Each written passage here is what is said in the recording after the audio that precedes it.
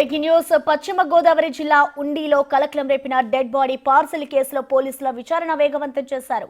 అన్ని కోణాల నుంచి విచారణ చేస్తున్నారు పోలీసులు. తాజాగా ప్రధాన అనుచరుడు శ్రీధర్ వర్మ ఫోటోలను విడుదల చేశారు. నేరం జరిగిన అనంతరం శ్రీధర్ వర్మ ఎరుపు రంగు కారులో పరారైనట్లుగా పోలీసులు గుర్తించారు. ఎరుపు రంగు కలిసిన AP05AQ6338 కారును గుర్తిస్తే తమకు సమాచారం ఇవ్వాలి అంటూ కూడా ఇటు పోలీసులు ప్రజలను కోరారు.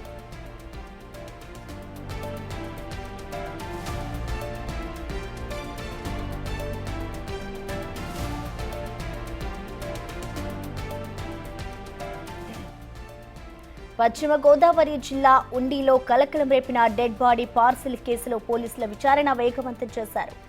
అన్ని కోణాల నుంచి కూడా ఇటు పోలీసులైతే విచారణ చేస్తున్నారు. తాజాగా ప్రధాన అనుచరుడు శ్రీధర్ వర్మ ఫోటోలను పోలీసులు విడుదల చేశారు. నేరం జరిగిన అనంతరం శ్రీధర్ వర్మ ఎరుపు రంగు కారులో పరారైనట్లుగా పోలీసులు గుర్తించారు. ఎరుపు రంగు కలిసిన AP05AQ6338 కారును గుర్తిస్తే తమకు సమాచారం ఇవ్వాలి అంటూ కూడా ఇటు పోలీసులైతే ప్రజల్ని కోరిన పరిస్థితి అక్కడ నెలకొంది. బరిపోయి ఏడోడు నేను మా 5 అని అండి చనిపోయిన అతను కంప్లైంట్ మాకు ఎవరో ఆక్యూస్ చేయలేదు ఇప్పుడు దాకా. మీ పేరేం పేరు? బరి నరసింహస్వామి. ఇప్పుడు దాకా చనిపోయిన ఎన్నోడు? 5 అన్నయ్య. మొత్తం 7గురు. ఇద్దరు అక్కలు. ఇద్దరు అక్కలు మొత్తం 9 బరిపోసయ్య. ఇదేనండి. మీ అన్న వదిన కలిసే ఉంటున్నారా? కలిసే ఉంటున్నారండి. ఎడగలు ఏం లేదన్న కలిసే ఉంటున్నారు. పోతున్న కోటికి వెళ్ళి వచ్చింది. కోటికెళ్ళిందా?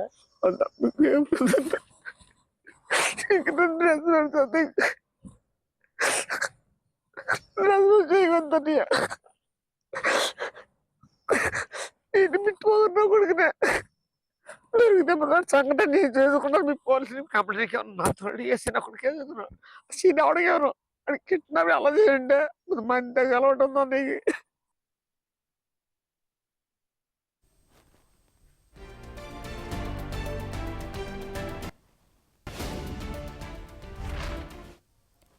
ఘటనకు సంబంధించిన కంప్లీట్ అప్డేట్స్ ని మా ప్రతినిధి సాగర్ అందిస్తారు. సాగర్, చెప్పండి, ఏదైతే డెడ్ బాడీ పార్సల్ కేసు ఘటన ఉందో దీనికి సంబంధించి అసలు నిందితుడికి సంబంధించి పోలీసుల విచారణ ఏ విధంగా సాగుతోంది, అసలు డీటెయిల్స్ ఏమైనా తెలుసాయా ఇప్పటి వరకు, అసలు పోలీసులు ఏం చెప్తున్నారు సాగర్?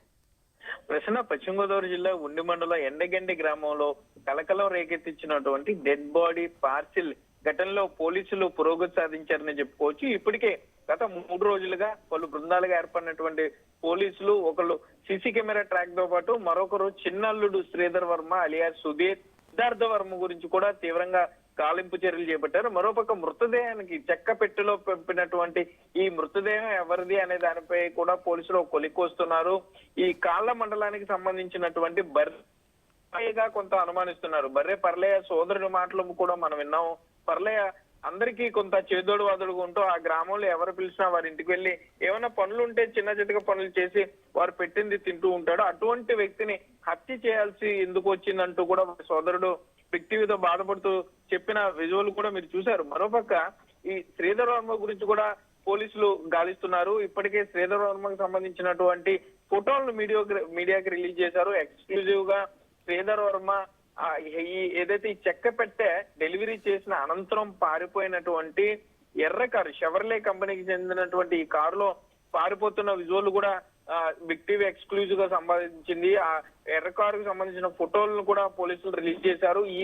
దీనికి సంబంధించి అంటే శ్రీధర్ వర్మ అలియాస్ సుధీర్ సిద్ధార్థ్ వర్మ కానీ ఈ ఎర్ర కారు కానీ షెవర్లే కంపెనీకి సంబంధించినటువంటి ఈ ఎర్ర కారు కానీ ఎవరైనా గుర్తిస్తే వెంటనే ఉండి పోలీసులకి సమాచారం అందించాలి, లేదా భీమవరం డిఎస్పీకి సమాచారం అందించాలంటూ కూడా పోలీసులు కోరుతున్నారు. మరోపక్క మృతదేహం మీద ఇప్పటికే కొంత క్లారిటీ వచ్చిన నేపథ్యంలో మొత్తం ఇప్పుడు అందరూ కూడా శ్రీధర్ వర్మను పట్టుకునేందుకే పోలీసులు ప్రత్యేకంగా దృష్టి సాధించారని చెప్పుకోవచ్చు. మరోపక్క శ్రీధర్ వర్మతో పాటు ఆ ఎర్ర కారులో వచ్చినటువంటి మహిళ ఎవరు, ఆటో డ్రైవర్ కి మాస్క్ పెట్టుకుని ఈ చెక్క పెట్టెను తీసుకువెళ్లి ముదునూరు రంగరాజు ఇంట్లో ఇవ్వండి అని చెప్పినటువంటి ఆ మహిళ ఎవరు అనే దాని మీద కూడా ప్రత్యేకంగా దృష్టి సారించారు. ఆ మహిళ శ్రీధర్ వర్మకి సంబంధించిన ఆమెతో శ్రీధర్ వర్మతో సన్నిహితంగా ఉండే మహిళగా కూడా పోలీసులు అనుమానిస్తున్నారు. శ్రీధర్ వర్మ పోలీసులు అదుపులోకి వస్తే, పోలీసులు పట్టుకుంటే మొత్తం ఈ డెడ్ బాడీ పార్సిల్ కేసులో మొత్తం ఈ చిక్కుముడి ప్రశ్నలన్నిటికీ కూడా చిక్కుముడి వీడిపోయే అవకాశం అయితే ఉంటుంది ప్రశ్న. Okay, thank you Sagar.